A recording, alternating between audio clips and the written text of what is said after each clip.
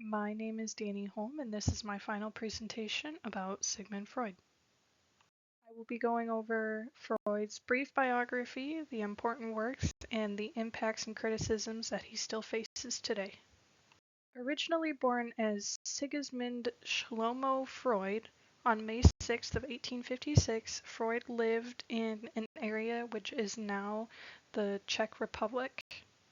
Unfortunately, there isn't a lot of knowledge about Freud's early life and his childhood because he was a very private man with his personal life, but we do know he was the first out of 7 children of the marriage between his mother and father. He came from a very Jewish family, which actually caused a lot of problems for him during the Holocaust. And because of the Nazi rule, he had a very rough childhood, lived in slums, moved around a lot, trying to escape the Nazi regime. Because of the Nazi rule, Freud and his family ended up moving to Vienna, where he began his study for neurology and the study of the brain at the University of Vienna. After he got his degree, he began to lecture and teach on those subjects, and a psychologist in France named Jean Charcot noticed his work and invited him to study with him.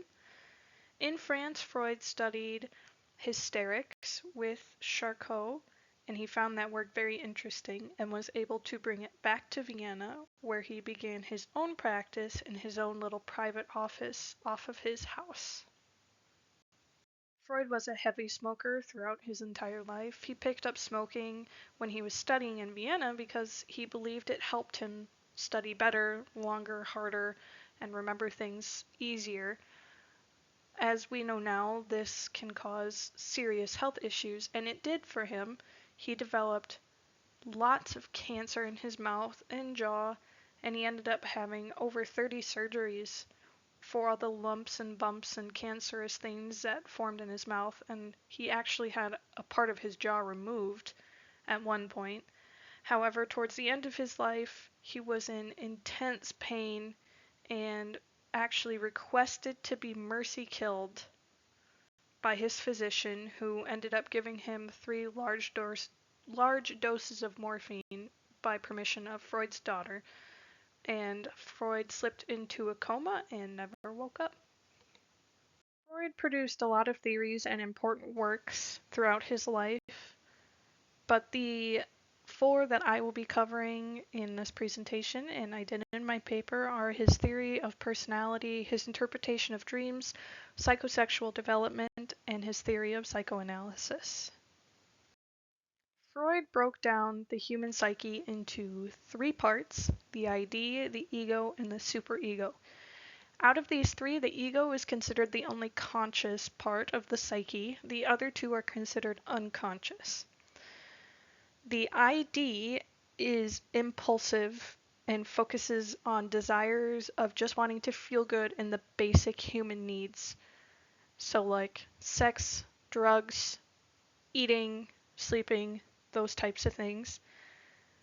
Freud broke the ID down into 2 types of basic instincts: eros and thanatos. Eros being the desire for sex and life and the good things, and thanatos being anger, death, punishment, those types of things. Freud believed that these 2 have to have some sort of balance, and eros coming out on top for humanity to even survive, and the psyche to be balanced enough for humans to exist. The ego is the mediator between the ID and the superego. Its job is to filter out the things that are socially unacceptable and to satisfy the ego or the ID's needs in a socially acceptable way. Freud believed that the ego can put up defense mechanisms to protect the psyche, which we will talk about later. The final part of the human psyche is the superego, which is the morals, the voice of reason, and it's responsible for guilt and shame and also reward and pride. Freud's interpretation of dreams was one of his earlier works and considered one of the more important works, as it kind of laid down a foundation for psychoanalysis, which we will talk about later. But the basic of the interpretation of dreams is the focus on symbolism. Freud believed that the ego puts up a veil of disguise which filters out the ID's impulses and weird, gross images. And during sleep, that veil of disguise is lessened, but it's still there. However, the ID is able to push some of those weird impulses and desires through this veil of disguise through distorted images, which Freud believed these dreams were. So by interpreting dreams specifically with people who were hysteric, offered great insights into their unconscious, what's bothering them, where their problems come from, how they process emotions, etc., etc. The next important theory, and perhaps the most controversial theory that Freud developed, is his idea of the psychosexual stages of development.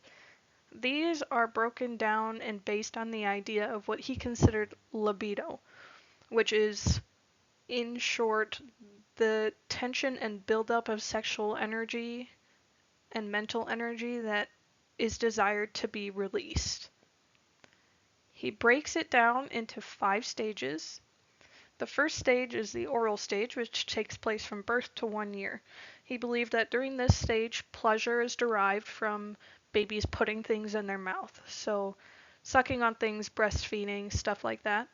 Freud believed that a fixation or getting stuck in this stage of development later in life can develop and manifest through nail biting, thumb sucking, etc. The second stage is anal, which is 18 months to 3 years. He believed, kind of grossly, that pleasure is derived from defecating during this stage, and this is perhaps the most common stage that you hear people get stuck in. They can be anal retentive or anal expulsive, which can look like the desire for control, excessive cleanliness. This is where you often hear people say, "Oh, you're so anal," and sayings of the like. The third stage is the phallic stage, which is 3 to 6 years old. This is when children begin to take interest in sexual organs, and this is also where the Oedipus complex and the Electra complex comes in. The Oedipus complex is one of the most debated and criticized things that Freud has developed, where he believes that young boys and young girls develop a sexual interest in the parent of the opposite sex. The fourth stage is the latent stage, which is 6 to 12 years of age. It's called the latent stage because Freud believes there is no libido experienced in this stage and that energy is focused on school and social relations. And the fifth and final stage is the genital stage, which takes place from puberty to adulthood. This is where pleasure is derived from intercourse and individuals begin to explore sexual relationships. And this is also where previous fixations on earlier stages can manifest and cause dysfunction or deviancy, such as, kinks and maybe homosexuality in Freud's mind. Freud's theory of psychoanalysis is basically an amalgamation of his other theories squished into a practicing theory or a guideline for practicing these things in a clinical setting. He believed that the problems arise from the unconscious with conflicts between the ID and the ego and the superego.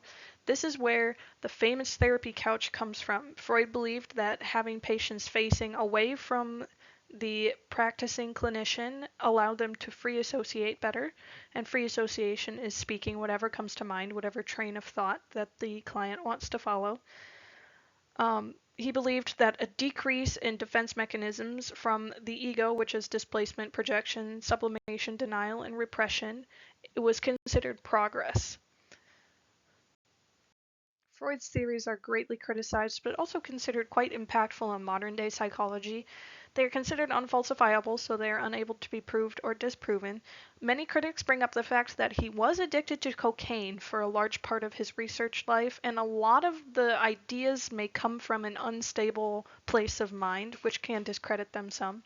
Freud believed that he developed a new kind of science, which explained every part of human behavior, and even a claim like that kind of disproves that it's any type of science at all.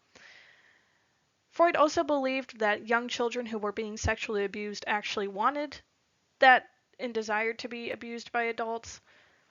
He published that theory, and when it was discredited, he changed it to then believing it was the Oedipus complex and that women who were claiming to be abused were not actually abused, but were just wishing for it, which was obviously controversial.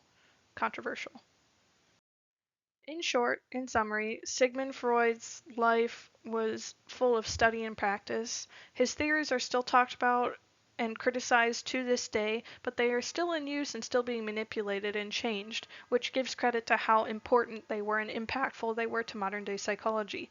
Psychoanalysis is still used today in clinical settings and had a great impact on how clinical settings work and the type of talk therapy that is used in clinical therapy and psychology.